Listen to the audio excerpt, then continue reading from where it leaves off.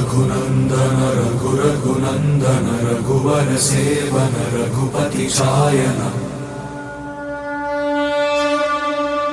शतयोजन शतशतयोजन शरधि नियोजन शर परिलंघन